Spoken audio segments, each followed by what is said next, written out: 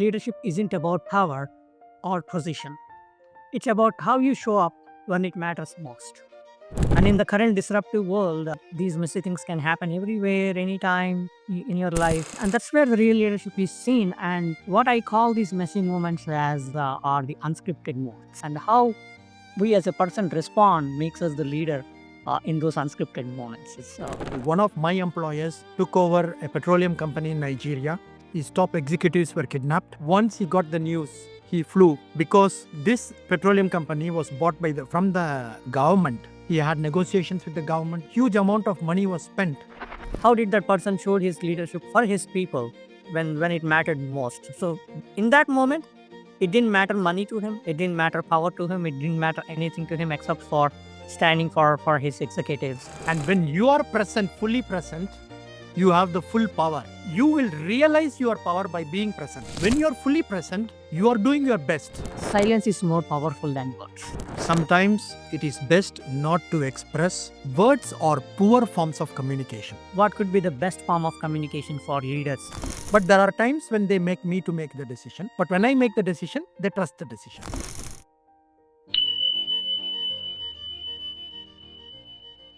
Hello everyone. Good morning.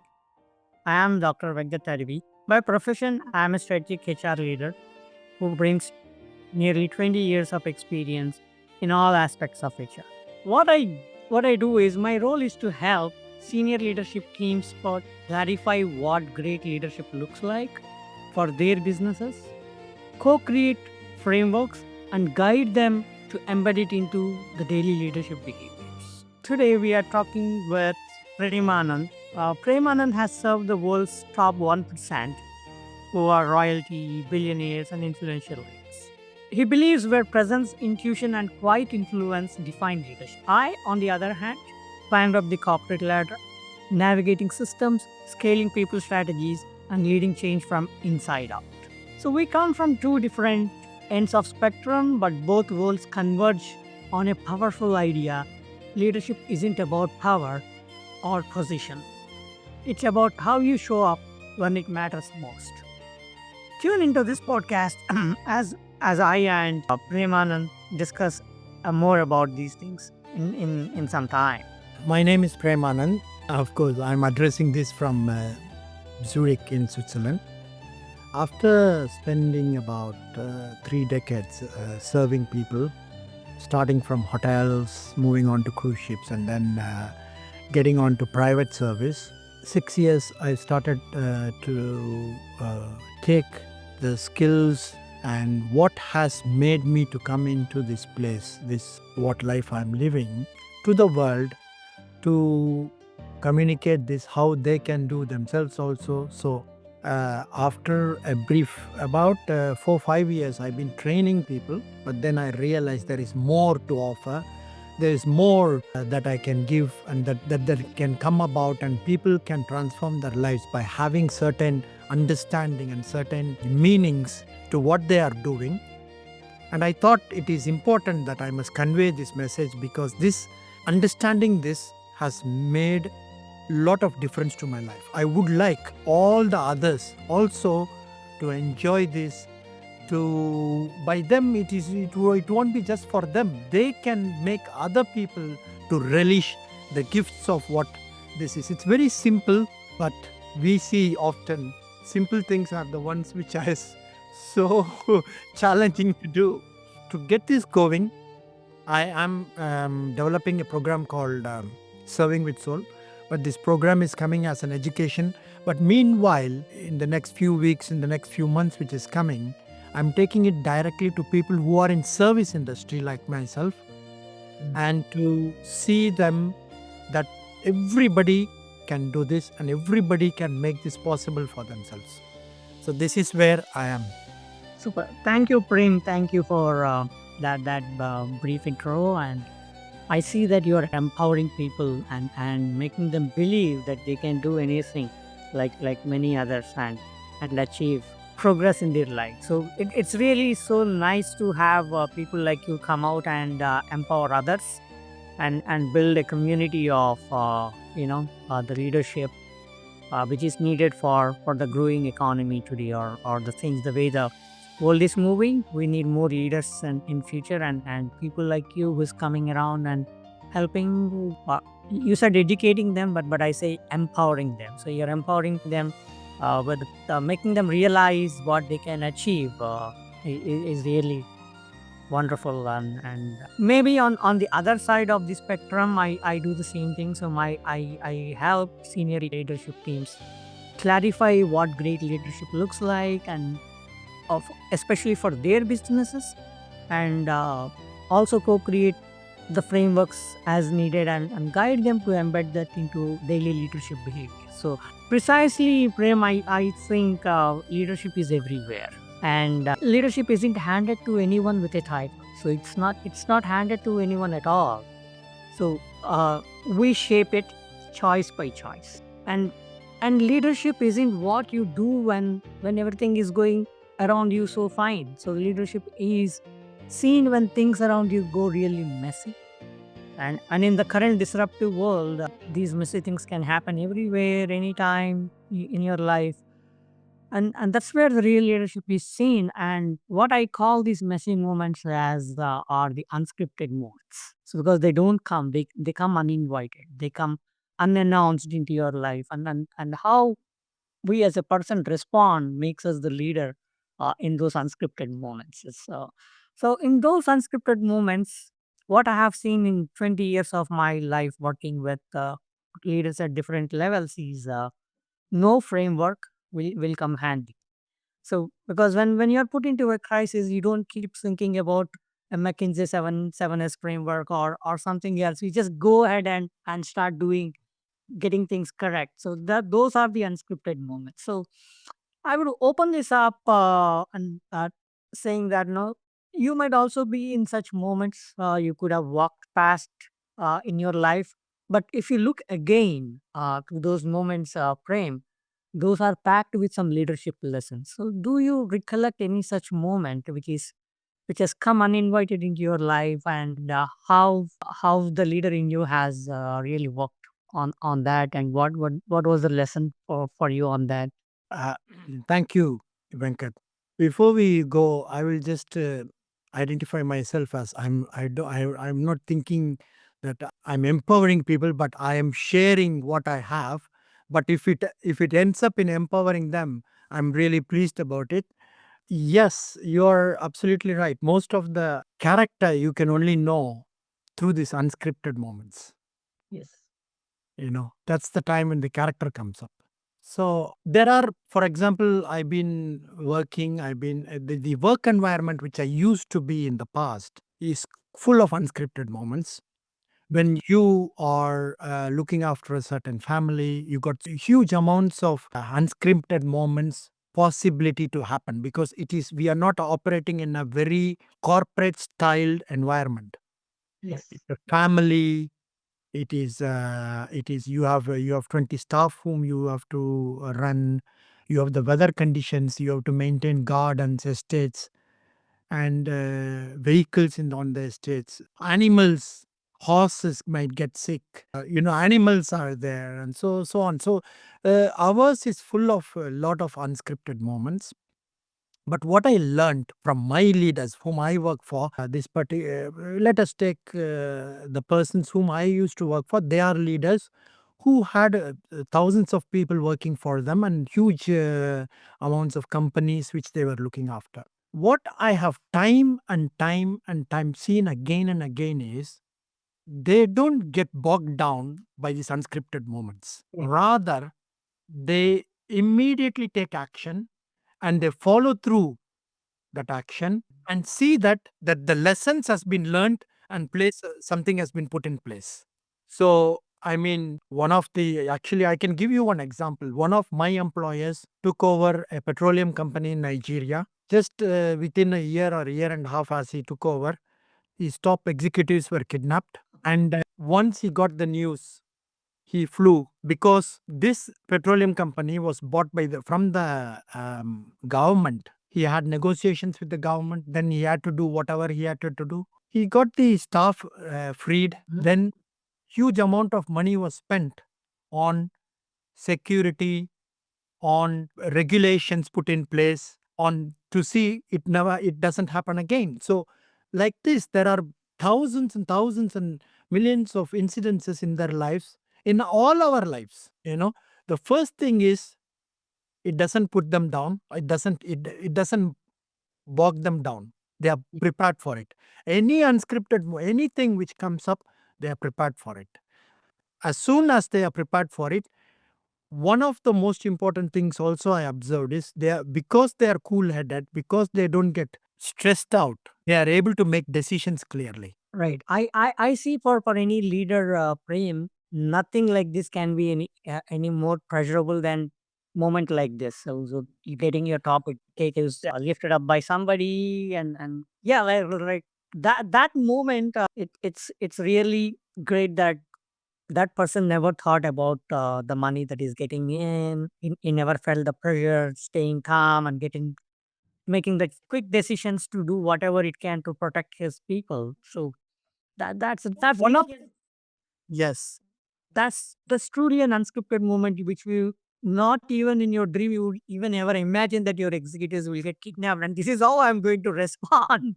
So there's nothing prepared. So you just act on it. That is where this podcast comes in frame. So we both come from two different ends of spectrum, and both worlds converge into this powerful idea. So leadership isn't about power or position.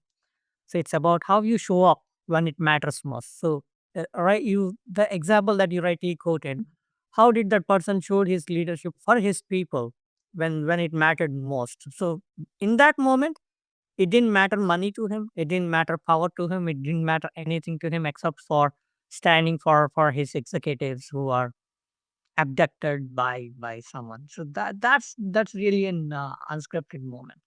And when you express your leadership like this, again, what happens is, of course, those two executives have been released, but the thousands of employees who are working in your organization, they they have the confidence, they have the power, they see that they are being cared for. So there are lot of after effects which are comes into this. So one of the most important things for the leaders is also the second order thinking. So what happens is, when they do an action, what falls behind this action, and what consequences of those actions has on the actions what they are taking today. So they have the capacity to see through this. So what I see, Anand, in this case, on the other side, from if I see it from the other side, is that it's not the strategy, it's not the power that this person has used. I think he has relied most on his presence at that moment. So exactly, it will show that presence. So exactly. So that leads me to an extended thought. Prem, is that no? Do you think that presence alone can change how others respond to your actions? Like you said, there are after effects of an action that this person or people at that stage take. See how there is a ripple effect to it. So do you think someone who is practicing being so present in a situation, whether it is crisis or any other situation, to demonstrate their leadership skill, to gain trust with their teams, or do anything that is related to that? Do you think presence as an trait in the leader can alone change how others respond to you? The first and foremost is, you have control over what you are doing. And when you are present, fully present, you have the full power. You will realize your power by being present. Number one. And number two is, when you are fully present, you are doing your best. When you do your best, almost every time you will get what you want. The results will. The result. So our action should never be looking at how to get other people in line. Our action should be how best what we are giving, and that will eventually, see, other people looking, watching, getting results, behaving is a consequence. Okay. Or Yeah, rather, yeah, no, so it's yeah. an outcome of how We must, an outcome of what you do. yes, yes, we must have a clarity that there are things which we don't have a control. We don't think about it, we don't worry about it. Yeah. The problem in life is, we are almost all the time we are worrying about those things, and that hinders how we go about the business. Oh, okay. So, sorry, you said what hinders the business when we think about what should be the outcome. So, it's, if someone is outcome driven, rather giving their best with their presence in that situation. If someone is thinking about what could be the outcome, that could hinder the business or progress. Is what you mean? I'll just give you a simple example. Don't think about scoring the goal in the basket. That is the outcome. Yes. Think about how best you can shoot in the basket that it goes in the basket, because that is within you. Scoring is consequence. Yes. Yes. So the more you practice the inner skill in you on how to put it in the basket, the score will automatically raise every time that you shoot the ball into it. Oh, that's really a great the way to see it. So I want to score a goal. No, I want this ball to go through that basket, and this is the amount of pressure, this is the angle, this is how I'm going to shoot it, and it is going to go through the basket. Wow. So you reframe how you your Think how you thought.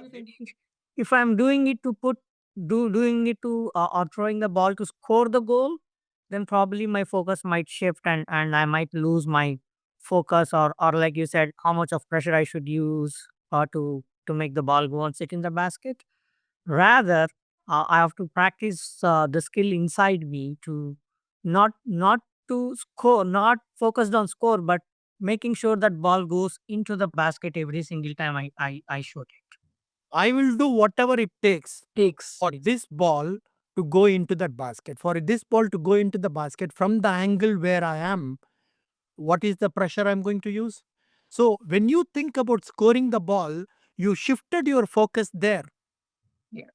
You lost the focus of what is needed to score the ball. Correct. That is where you being present in that moment on what you wanted, what shape is like really. So if you are thinking about bringing the result and impressing people or getting it on the paper, you are spending your energy on the consequence. Why don't you become a creator?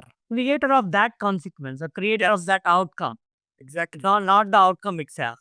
Yes. Right.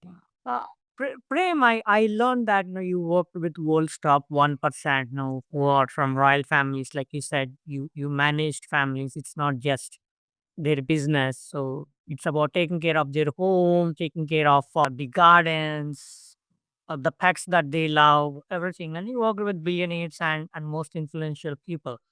Influential people. So this is where makes me interesting to know how do these wise leaders stay grounded around powerful people, or how did you stay grounded around being around with these powerful people? Yeah.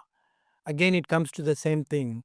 I always only think about what I'm giving to the best of the. This is my job. I am put there to do it at the top potential, top form of what I can, optimum result, what I can give. So when I am thinking about this, I have nothing else to think about. I don't think about this is a prime minister who won with this election, or this is a man who wants 500 crores, or he is one of the billionaires in the world, or she has got fans. It is good information to know. I have the respect for their achievements, accomplishments. For now, when I am present here, my immediate focus is only to do my job well. Yes. One thing only your mind can be focusing on. We must know all this. Getting the If job we, done if well. we have our mind focusing on 2 3 things, none of the 2 3 things will work. So So if I am thinking about how important they are, how can I do my work properly? but Prem, when I see it from their lens, so you are their team. So what I want to say is how what do you see in them where they got their team binded together, or they managed, or I would say how they empowered their people to understand their world around them, so that their team can do their job best. So they flourish and you flourish as part of their team. So have you seen any instances, or have you experienced any such instances where the strategies that fail when something is passed down the team from the top? Yes. So if you work with people who manage thousands of people, larger properties, billions worth of money, there's power involved. The people who are influenced in several direction in several aspects. So for them to do their job best, like you said, so they need to be more, they need their team to be as equally effective, so that it fits into their daily routine. Are there any such instances where you've been part of that challenge, or you have seen that becoming challenge for them, or the leaders, where the strategies didn't land well when it is passed down to their teams? So they have trusted people around them to run their businesses, and among that circle, if things get a little disturbed, then they handle it. But usually, most of the businesses, most of the things are done by the people who are managing that part of the activity. It could be CEOs of companies, it could be managers of the. In my case, it was I was managing their lifestyle and their properties. Yes. So if you take it in my case, then as you said, it's down the staff. Then I am responsible to handle it. They will not even bother about it. If I am trustworthy for them, I make a decision, they will go ahead with it because they don't have time and energy, and they will not doubt me because they have provided me the place because I have passed through certain levels and I'm there. Yeah. So they have allowed the intimacy, they have allowed you in that circle. They have entrusted you in running the property, in running their wealth, in running not in the wealth in the sense in the display of the assets. That wealth and all is quite huge, but just the assets which So they the reflection of their lifestyle in yeah lifestyle yeah. So when I am there and something goes down, not okay, then it's my responsibility. So I need to handle them. I need to sort it out. I need to take it. So this is they won't even bother. They won't even bother to know. If I bring somebody, then they will rely upon. Of course, there are levels. There are times when they want to also see them to have a feel, to have a feel. But there are times when they make me to make the decision. But when I make the decision, they trust the decision. right. So It is how their businesses also operate. This is how we operate also. so leadership.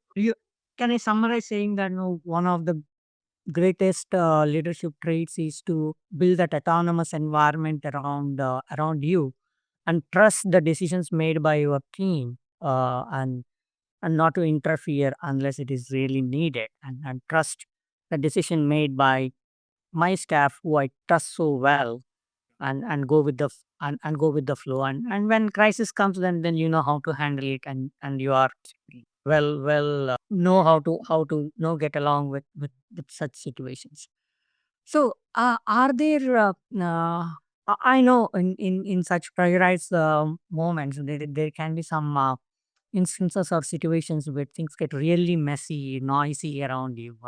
What I've seen in my environment is that sometimes, while leadership is all about communicating clearly every time, or anticipating the challenge, what's coming up, especially in the disruptive world today with technologies taking over many things.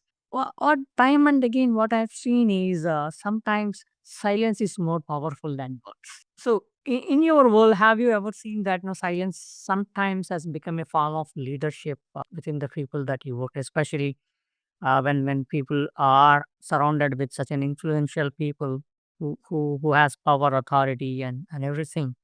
Although we say leadership is not about power, but it influences. So, have you seen some any of those unscripted moments where silence sometimes has become a form of leadership? So, despite of the noise around me, although I'm expected to communicate clearly with everybody, to keep things out of mess, rather doing communicating so much. If I played silent, being silent has any such instances become a powerful leadership, a form of leadership, the silence. Yes, So like people say, silence speaks more than louder than words. So it is indeed. It is indeed. It is indeed. There are times. When, in fact, in these sort of households or even in corporates, sometimes it is best not to express, and sometimes it is okay to be in a level which is just apt. So, when it is not to express, often it happens in such situations. Especially, one thing which we have to understand is words are poor forms of communication. That's really nice. I heard it today morning. I think I heard something really new. Words are. Can you say that again, sir? Words are Words are poor forms of communication.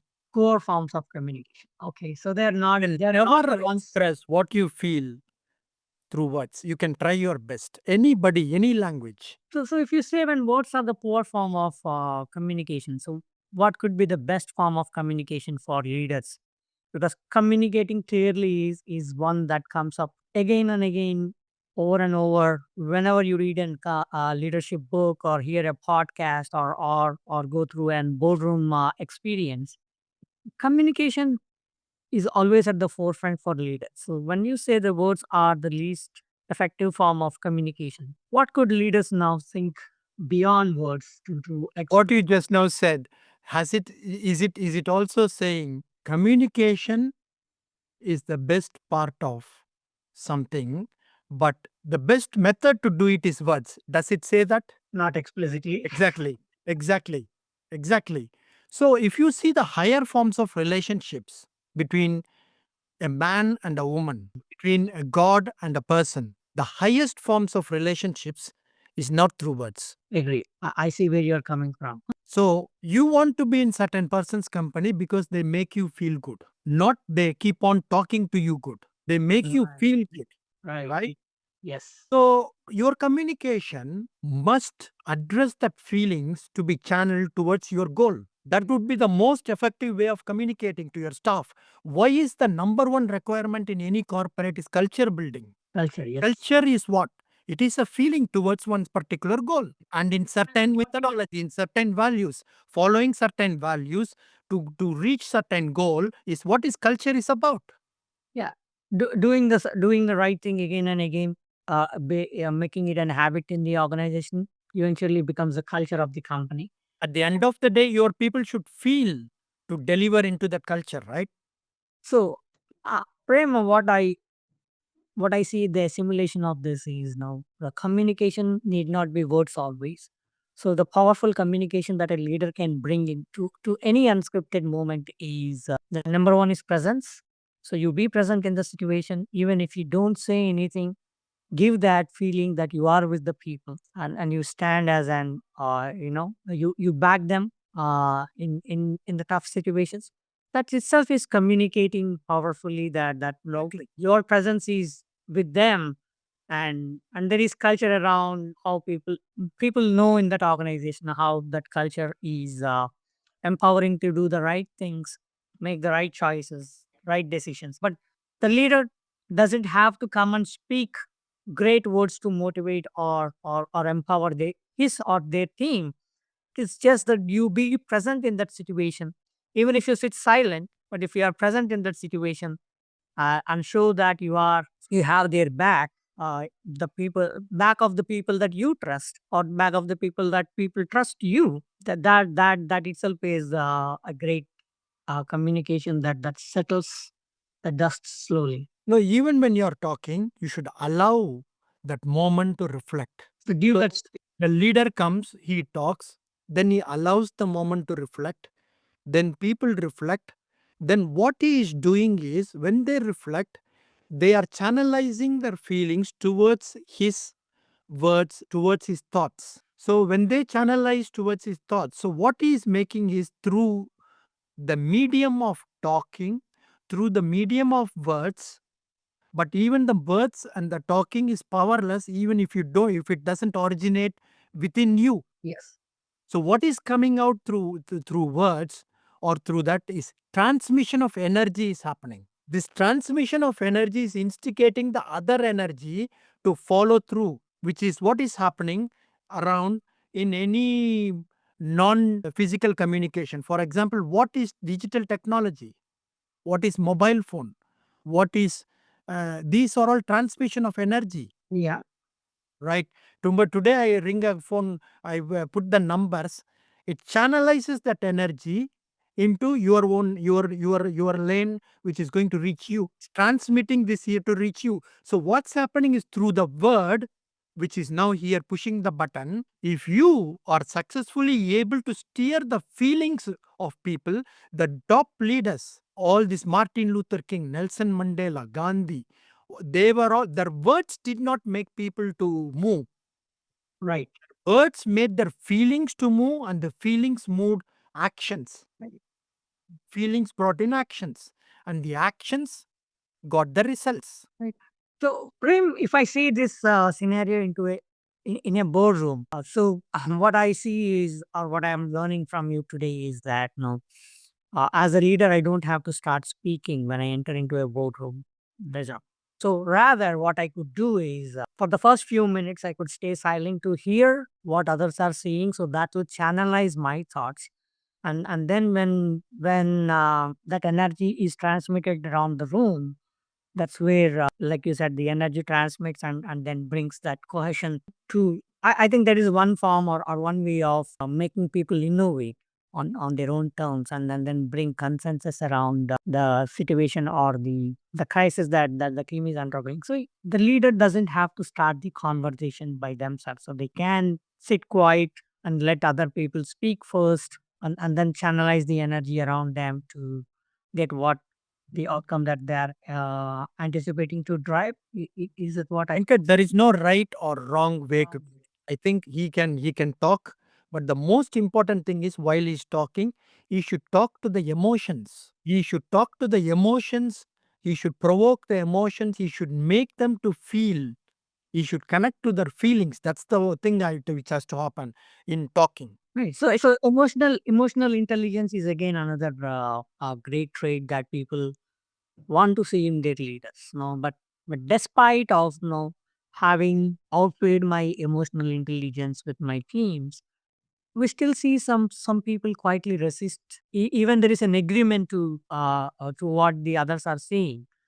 So have how what's your take on that frame? So have you been in such unscripted moment where you know that the point, you know that you need to agree to that point, but you still quietly resist on that agreement with someone, because that's where most of the times we see in boardrooms that difference of opinions comes from leaders of different statures, and how as a CEO, or how as a chair of that meeting, the chair of that meeting would know how to handle that resistance. But why do you think, even when we put that effort in talking with emotion, driving that emotional factor into our communication, there is a quiet resistance even to the agreement? So Yeah.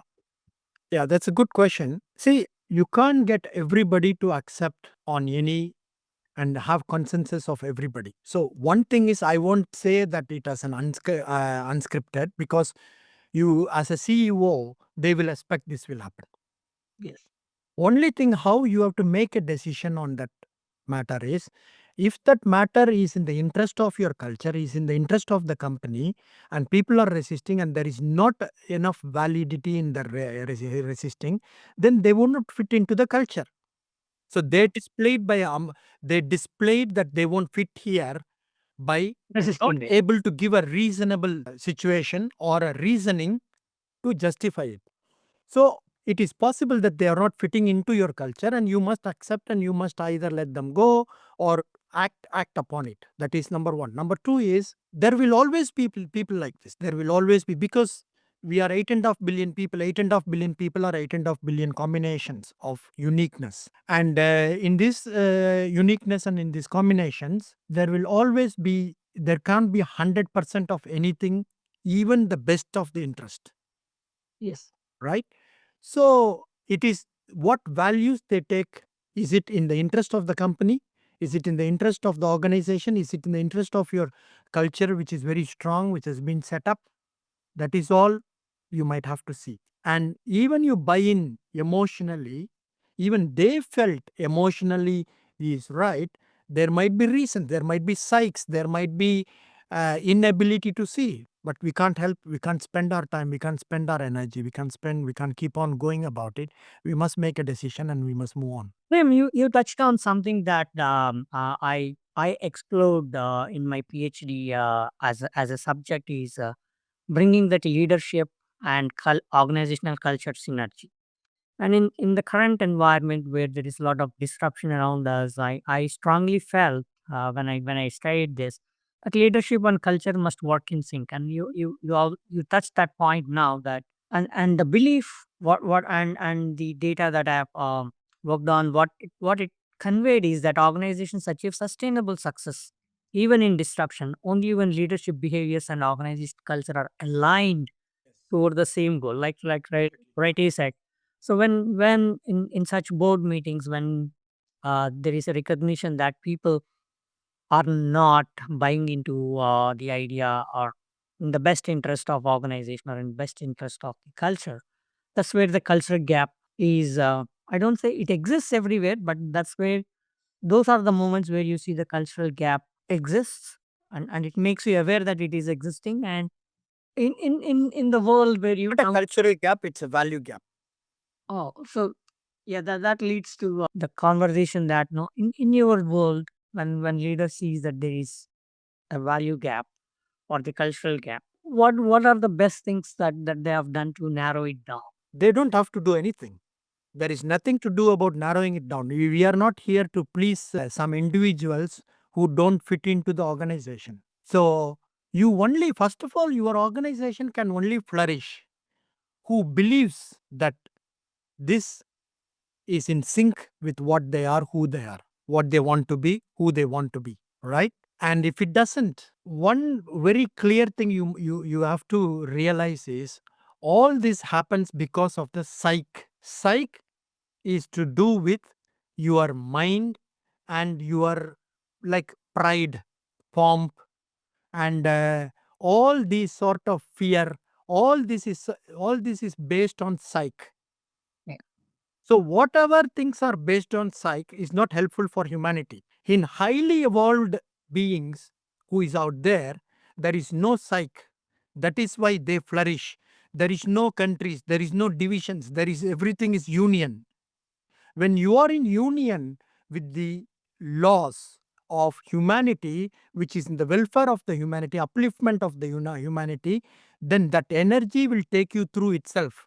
You don't need any sort of pleasing people, having people who are in sync with you. All these things is not necessary.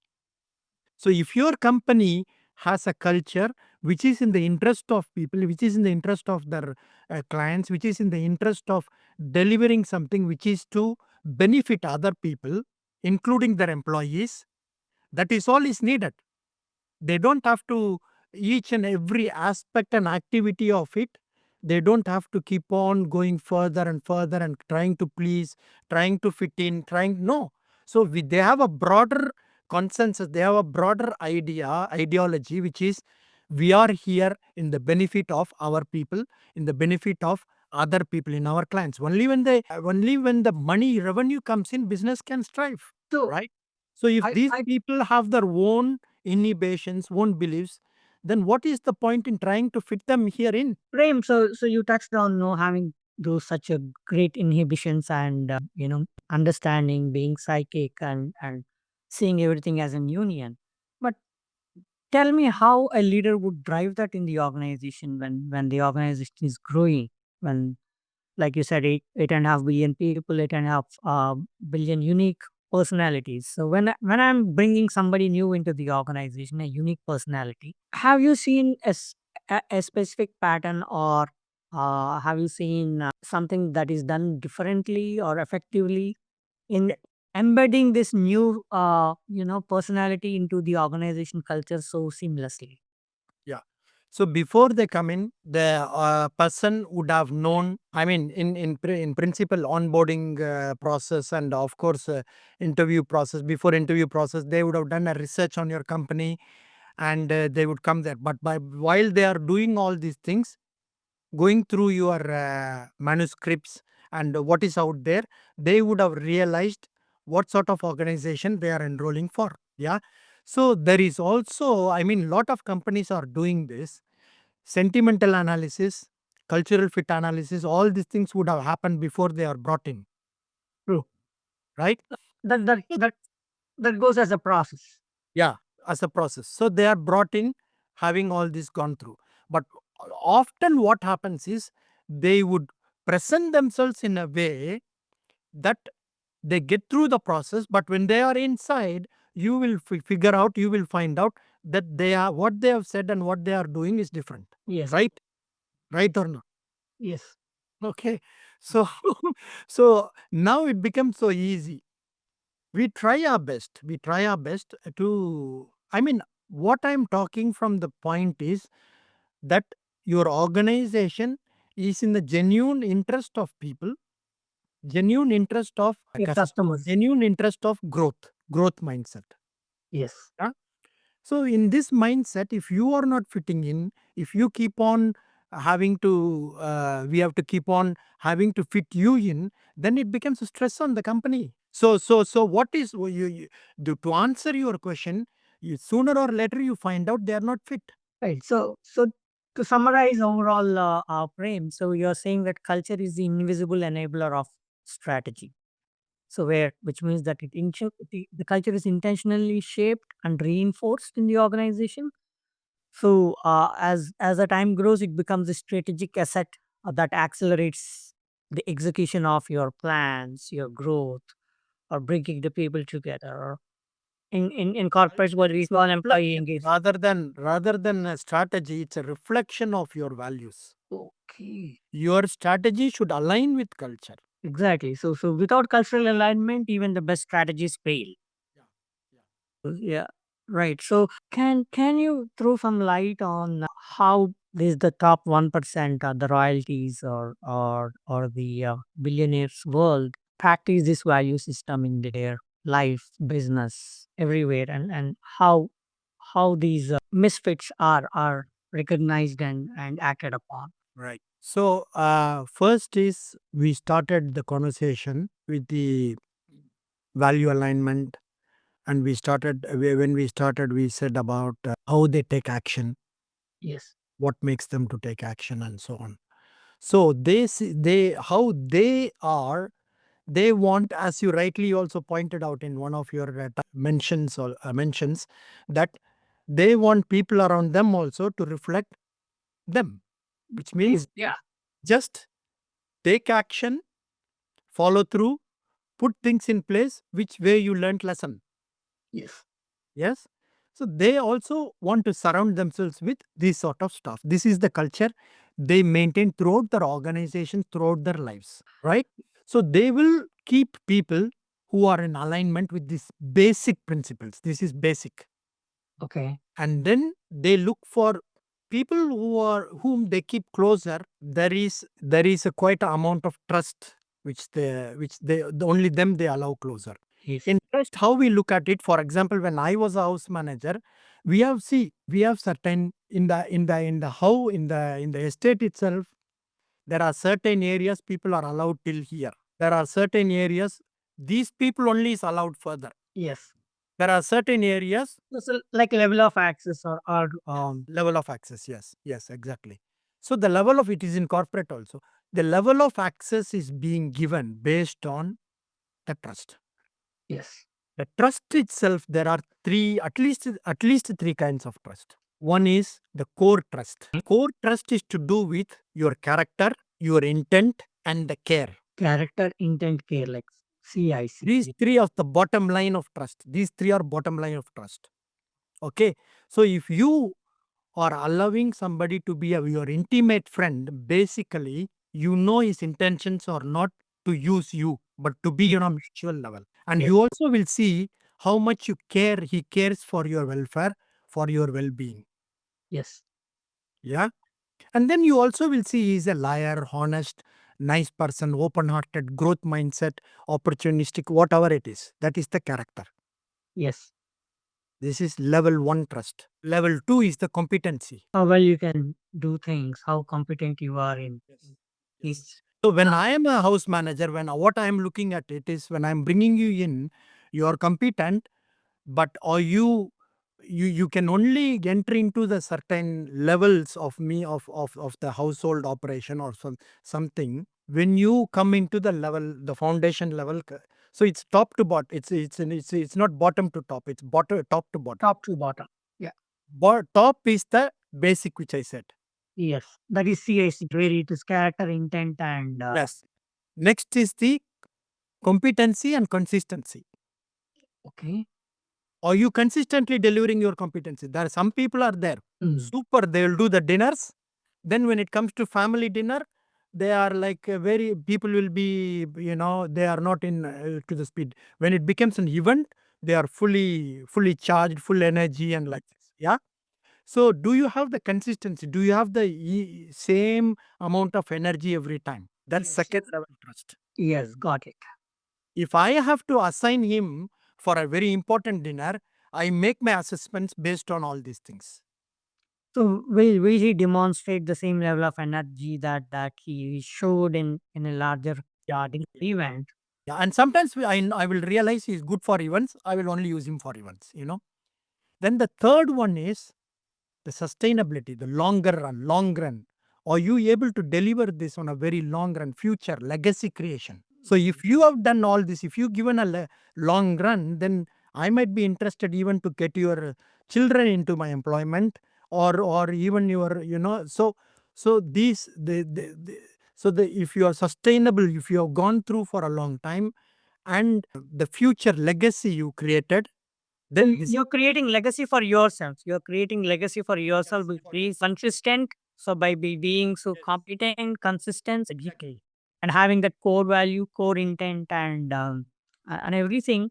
So if I'm showing though that trust factors in me, so I am becoming a leader of demonstration of those trust factors, and not just I am becoming better, but I'm also creating a legacy for my Exactly. family. So Exactly. So these are the things which we look for when we allow you to come into the very closer vicinity of this VVIPs, and all these royalties and things like that.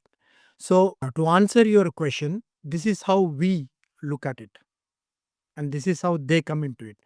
To misfit you answered, they won't be there for long. There are many people will come and go. So if we, the most important thing for these people is that you have value. Competence is only second. That's why I said foundation is the top core. the core CIC. Yeah. Yeah. And the misfits who comes, we don't hesitate. So the misfit can be competent, but probably they may not be consistent, or they may not be. Depends where they are. They may not be able to bring that sustainability. Yeah. If they are an outside gardener is helping the gardener, we don't worry about it. No problem. He can still be there because he is competent. He can still be there. We are okay with it. You know, it depends on so many aspects. Like if you are inside, then you need to display these things. At least many of these things. If you are like outside, we are using contractors. We don't expect all these things. You are competent. You are delivering, and you are honest. Your integrity is there. That's enough for us. And their level of access is only up to a certain point. And okay. So I heard about your serving with soul concept frame that you've been working on for the last 4 years, and making that into an education program for. I believe that you're empowering people with serving with soul. Can you explain us what is the serving with soul primarily mean in the world of leadership? Right.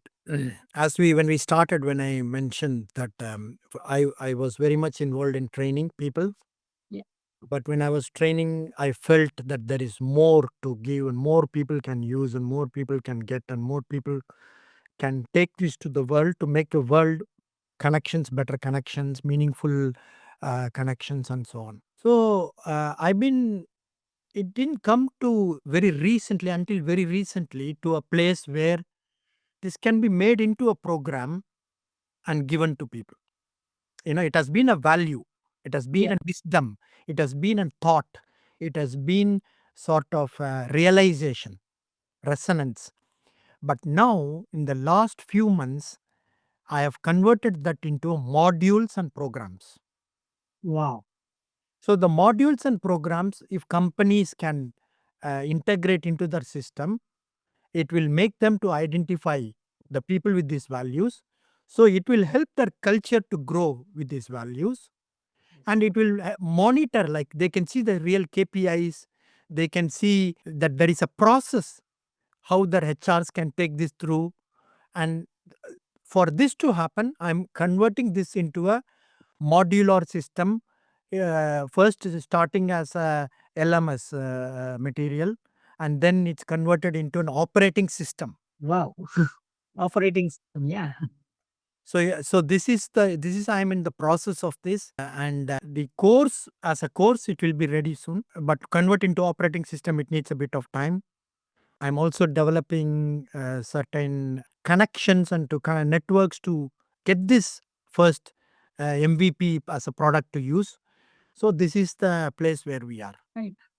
Prem, I know you believed that no, or you are a, I don't say preacher, but you are a believer that no, one has to stay joyful to what they are working on, and money and other things will follow that joy. So in your world, when you worked with these great leaders, how do they stay joyful even in the real under pressure situations? Because no, you worked with billionaires who's running multi-billion company and goes through a lot of pressure in handling business life, this lifestyle, everything that we spoke. How do these people stay joyful and how do they stay real even under pressure? I don't know if they stay joyful. I really don't know. But one thing what I know is, as I mentioned, they don't get put off so easily, so quickly. Because whatever happens, they have seen several times, several scales, several things. It's all gone through. Even if it didn't go through, they have the capacity and the mental maturity to handle things as it comes head on. So that puts them into a position where, as you rightly said, they are present to deal with the situation. Yeah. That is number one they have.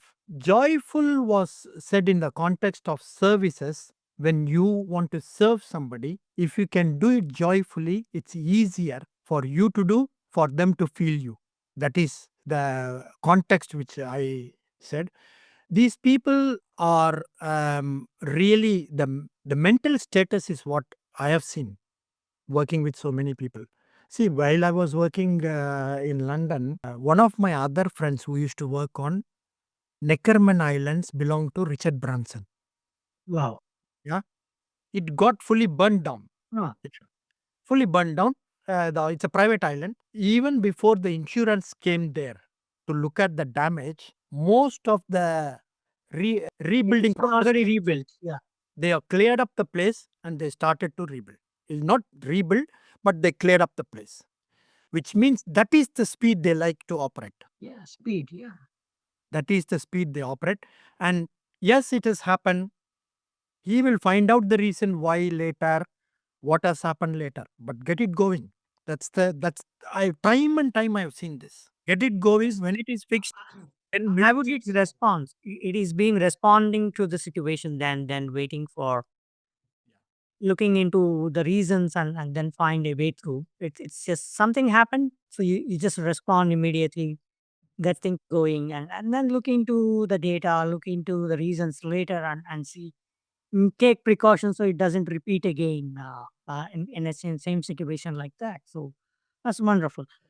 Prem, as we're coming closer to the end, I read and I've seen, what I've read and seen is that they say that leadership is the highest form of service. And we are talking here about serving with soul. How does these two relate in the world of leadership? How leadership is becoming an highest form of service, and if the leader is the highest form of the service provider, so how could somebody serve with soul?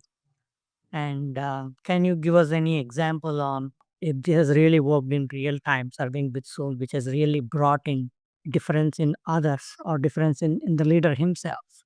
okay. I will tell you my personal example. In 2006, I came to London In from India to live forever. I mean, I moved from India to London. So in UK when I came, I wanted to get into private service. Yes. Serving this high net worth people, private. But because It's a new country because I've just come, because it's a very trustworthy position. I was not able to get into anywhere. I registered with, I've been interviewed, and so I was even willing to prepare to take the lowest position possible in private service to move up. But there was no breakthrough coming. After 2 years, I got a call from, I've been doing some temporary work, waiting jobs and things like this. I get a call, and this call was from somebody whom I served 5 years ago. Wow. Right? They asked me to come to their office. I went to the office and I was offered to look after their property in Buckinghamshire, 300-acre estate. What they are offering is beyond my imagination, because I've been looking to just to get into I just want a door to open to get into starter position.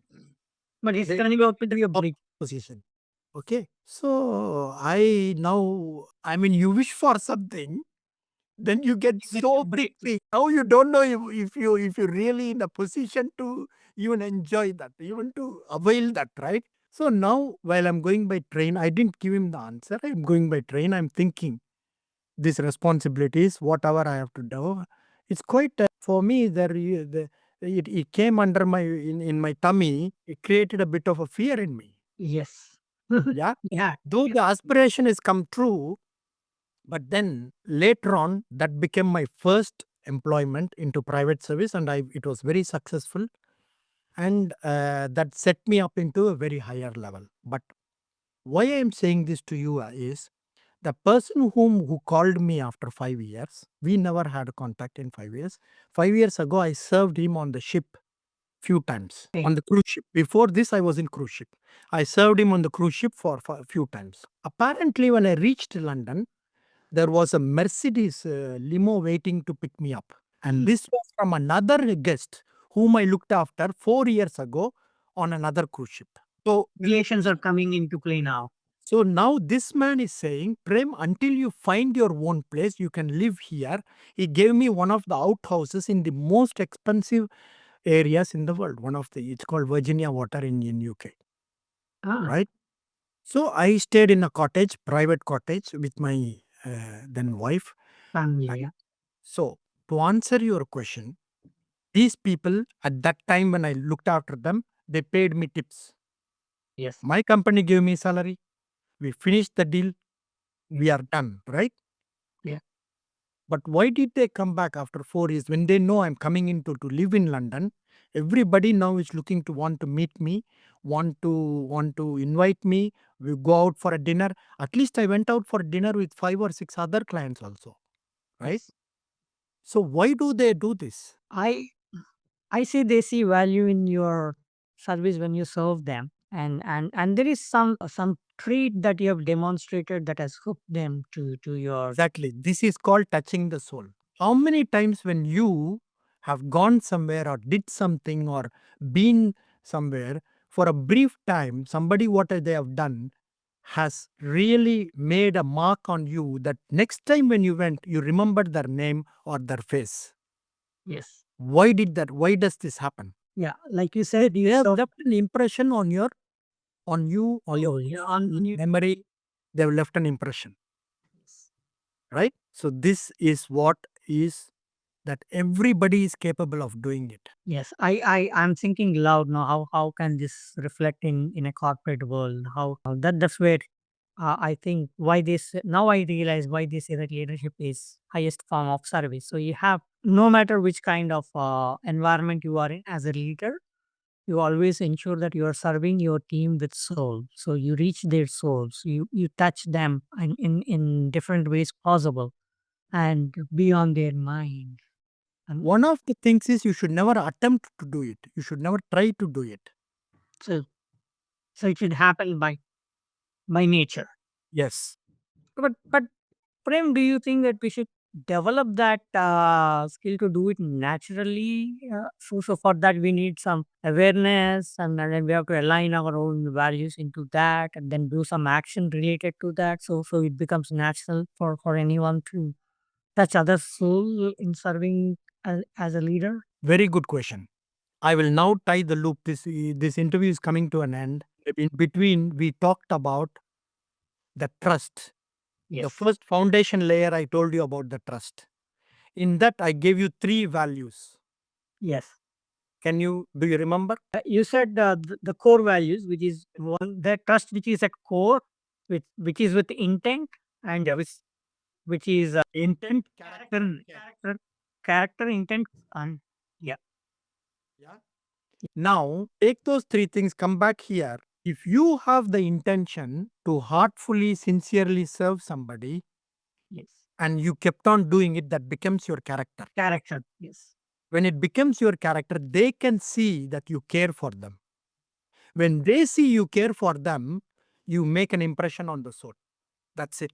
So the core of being showing your character with right intent will create that caring for others, and that is the heart of serving with soul. You must have an intention, and consistently, when you deliver this intention, it becomes your character. Character. When it becomes your character, the reflection of their character is for them to see that you care. Yes. Once they see you care, then it becomes a soul to soul connection. Right. And to make this happen, you need to be consistent, and you need to be competent. Though you need to have that intention. Just the intention. So you don't have to be competent, or you don't have to be consistent in doing that. No, I believe we should become competent and consistent in having that intent clear right from beginning till the end. So that it becomes your character. So when you said there are 3 levels of trust levels. The first one we talked No, about. we are not going back to trust now. I just connected it. Why So the first level of why they would do, why these people are doing it for people, or why even after many years, if you go, you will look for that other person, is because he has displayed that he cares by through his intention and through his. right. No, for momentary times you cannot say it as a character, because character is built over time, which means if you consistently deliver, it becomes a character. Because when you go to some place, you look at it, that action only is visible to you. You won't see the character. That Mm. means action is an expression in a moment from the character. That moment, momentary. So, but that is also good enough. Yes. And that will become, because you see that person is caring for you, then you will remember to look for him next time when you go into that place, into that restaurant, into anyone. That is the reason why mothers are so much meaningful for people in their lives, because they are epitome of care, caring, Right. love and care unconditionally. Mothers usually are. So that is the reason they became a soulful connection for many people in their lives. Very well said, sir. Very well said. On this positive note, I thank you for sharing your thoughts on different forms of leadership, or how leadership can be ingrained or practiced in real time, whether they are in scripted moments or unscripted moments, and how the great leaders would do this time and again and again. So there's, I believe there is a lot of insight for our viewers on this podcast, and that Prem, I really thank you for your time today, for sharing your thoughts. Yeah, we'll keep doing this more often to synergize our thoughts on from coming from 2 different worlds, and how the best leadership form can be evolved out of this. Thank you, Venkat. And just for out of my curiosity, you did PhD, you did your doctorate. And what is the subject you did? I studied something. What I say is how this leadership and culture synergy helps companies, sustain, grow, and become. Yeah. So especially in the disruptive world today, frame where things are completely out of, they're moving so fast, and every time there is something that is coming and changing what we have done yesterday. So I believe for any leader to drive that organization forward, so he has to be in sync with the organization culture. So that there cannot be any gaps. And and when we talk about organization culture, what I believe is it's not always on the top. The culture is set at the top, but it is built at the bottom, or it is built bottom up. So when I'm like I said, the communication is key is what the leadership world believes and does. When the communication goes down, that's where I was inquiring about now how when I'm at the top telling my employees what the direction in which we are going, and if they are not in alignment with what the company is planning to do, that's where the gap. So the disruption need not come from outside, the disruption is within now. So how a leader ensures that the culture, organizational culture, which is built over so many years, because I might have stepped into this company recently, but the company might be 100-year old. So the culture is being built for over a century. So how am I as an individual align myself into this organizational culture without losing my power of transformation that I can bring as a competence to the organization? So when these two are married together in synchronization, what organizations can achieve is unbelievable. So that is where the sustainable success. So how a leader could drive this is something that I studied, and it gave me a really mind breaking outcomes frame where it improved how the improvement in alignment between readings and culture, how that model, how that behavior can model and reinforce the desired cultural values. So when we talk about value system, how as a leader I can leave that value system and show that as an example for my organization. So everybody in the organization lives that value system.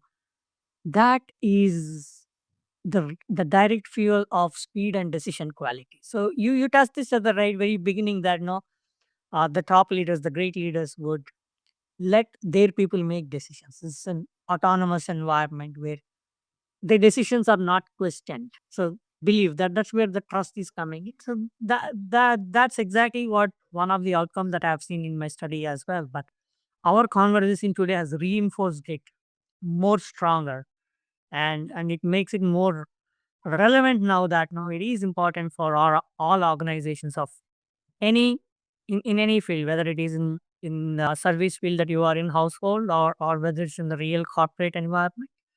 The first job that a leader has to do is to bring that alignment between his leadership style and the organizational culture. And what do you do in this with this realization? Do you take this to the organizations, or do you do sort of a consulting, or how do you employ your learnings into now the current scenario? Prem, what I did is I have chosen a pathway. So what among the in that pathway, what I first did is that I have authored a book. Oh, really? That's the name of your book. I authored a book named Unscripted Leadership. Wow. The big why I named unscripted leadership is right. The being like I said, the leadership is in the real moments, not in the ones that we already know. Yep. But they come together at some point. But the real leadership is demonstrated, or real leadership is seen in an unscripted moment. So Mhm. how what are those unscripted moments in my leadership journey is what I gave in the book. That's where so I believe the best of the best frameworks may not help you in an unscripted moment. Yeah. So I purposefully kept myself away from giving another framework to the world, but I gave the stories for them to reflect on. So you will see such moments in my book where you might have passed those moments in your own real life frame. But when you look back, you reflect on those moments that now you have demonstrated your leadership skill. That's my first attempt. Now, now with that experience of now bringing all my experience together at one place into a writing in a book, that has paved way to the next set of things where I'm work like you creating an framework or a model to educate people or empower people. I'm also working on a similar model which is called unscripted pathway or unscripted leadership path. So this pathway is coming out well. So I'm taking this to corporates, like you said, not just corporates, to anybody. So there could be an ambitious person who is trying to get into leadership role or get into work. So how can he how can that person travel on this unscripted leadership pathway and become an effective leader in future for a, whether it is corporate world or non-profit world or a service world like yours. That's the pathway that I'm working on. So it is in the final stages. So I am like I said, I'm not inclined or not just working on giving another framework for the world, but the real moments in which they can discover the leader in themselves and be effective in every unscripted moment that life will challenge you in real time. So leadership, like I said, the leadership is what we see in books, we hear in podcasts, we also see in boardrooms. But the real leadership happens in the real time. Yeah. When you don't expect something to come around your way, and how do you stand up in that unscripted moment? And how do you bring all your value system, like you said, the CIC, the character, intent, and care? And then how do you play around with your competencies to not you just navigate through the situation, but how do you take the entire team along with you through that crisis is the unscripted pathway talks about. It's built around the real leadership or real life moments, not on the frameworks. Fantastic. I wish you all the best with that work. Thank you, Prem, and I wish you the same with the Leading with Soul initiative. And I see somewhere both our thoughts would converge, and we'll keep doing this more often. Thank you. Thank you, Venkat. Thank you, Prem. Have a good day. Enjoy the last days of summer in Zurich. Yeah. Yeah.